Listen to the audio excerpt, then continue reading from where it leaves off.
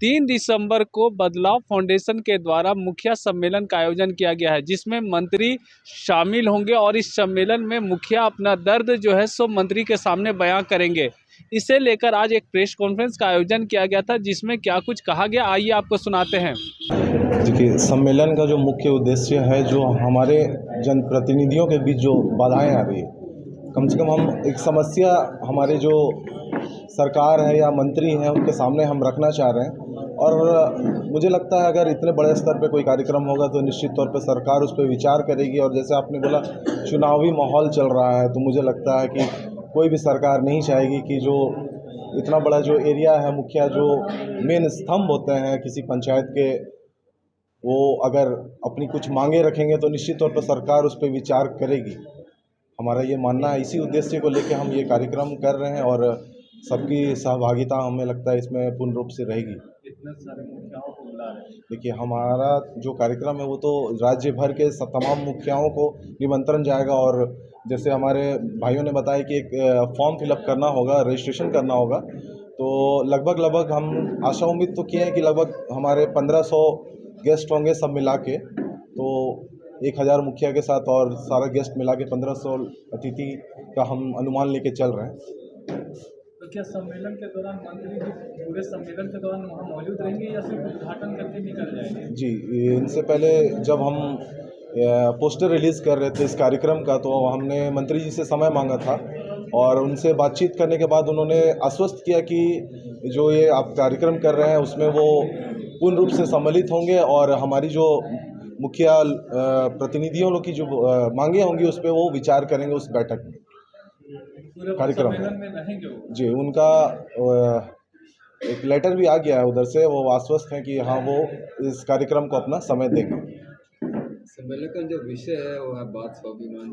जी जी, इसके बारे में बताएंगे क्या है? इस स्वाभिमान की बात इसलिए है कि एज ए जनप्रतिनिधि एक विधायक भी उसी तरह से चुन के आते हैं, जैसे एक मुखिया, एक वार्ड, एक जिला परिषद उसी तरह से चुन के आते हैं। लेकिन सांसद विधायक को बहुत ज़्यादा, ठीक है वो मान सम्मान के हकदार हैं, लेकिन क्या उनके निचले स्तर के जो जनप्रतिनिधि है वो सम्मान के हकदार नहीं है?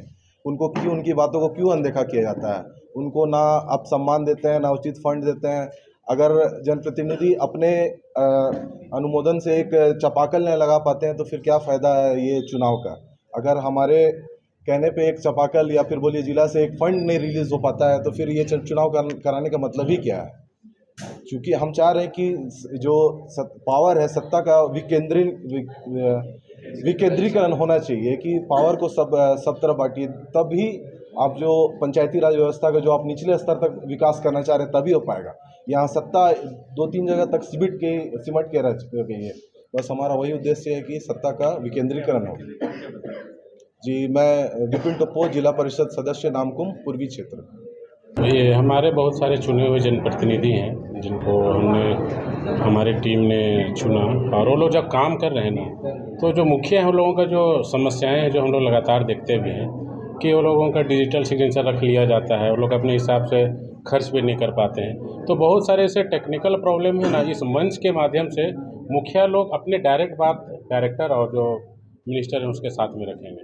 और ओवरऑल अगर इसका पूरा अगर ऑब्जेक्टिव और थीम बताया जाए ना, तो हम लोग बार बार बोलते हैं कि झारखंड को ना बनाने की ज़रूरत है, जलाने की ज़रूरत नहीं है। मुखिया एक ऐसा महत्वपूर्ण कड़ी है जो पूरे राज्य से चुन के आए, पूरे राज्यों से लोग यहाँ पे आने वाले हैं, तो आपसी सौहार्द और आपसी भाईचारा को हम लोग कैसे कनेक्ट कर सके सभी लोगों के साथ? क्योंकि कोई अगर संथाल से आ रहा है तो कोई अगर गुमला के सुदूर क्षेत्र से आएगा, कोई चाईबासा क्षेत्र से आएगा, सभी लोगों के अलग अलग चुनौतियाँ और चैलेंजेस हैं। तो उस सभी चैलेंजेस, चुनौतियों को कैसे एक जगह पे हम लोग एक प्लेटफॉर्म में रखें कि कल के दिन में झारखंड को बनाने की बात करनी है, नहीं तो जाति के नाम में, धर्म के नाम में, बाहरी भीतरी के नाम में, ना जाने कई ऐसे ऐसे मुद्दों के साथ में झारखंड को बराबर जलाने की कोशिश की जा रही है।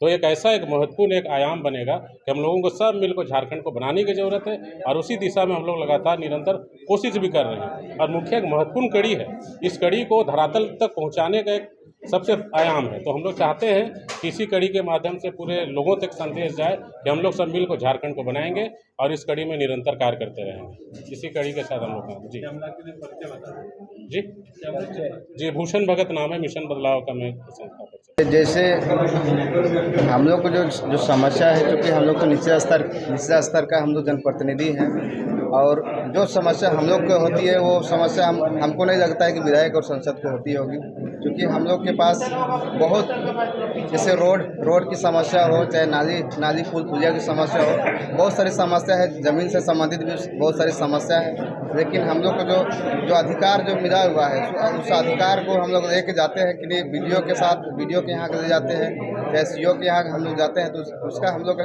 उचित जो मान सम्मान होना चाहिए वो हम लोग को नहीं मिल पाता है, और जो हम लोग का जो मांग है वो भी पूरा नहीं हो पाता है।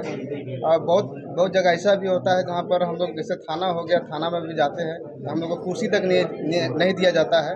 इस तरह का जो समस्या होती है, तो इससे हम लोग को बहुत मान सम्मान में भी क्षति पहुँचती है, और हम लोग को लगता है कि जो हम लोग को जो जनता जो चुन के जो भेजी है, वो कहीं ना कहीं हम लोग का अधिकार को छीना जा रहा है, हम लोग का अधिकार को शोषण किया जा रहा है। सभी मुखियाओं का विचार तो अलग अलग होगा, तो कैसे एक मंच पे सारे मुखिया के आप लोग लाएंगे और सबका विचार एक होगा, इसलिए क्या कर रहे हैं? ये समस्या तो बहुत सारी है, और बहुत सारे मुखिया जी रहेंगे, बहुत सारा क्वेश्चन उठेंगे, माननीय मंत्री जी से डायरेक्ट बात होगी, तो सबके अलग अलग समस्या है। उस समस्या का समाधान हम लोग माननीय मंत्री जी से चाहेंगे, हम लोग बात को रखेंगे। आपका परिचय? सोदाग पंचायत पत्रसिंह की मुखिया।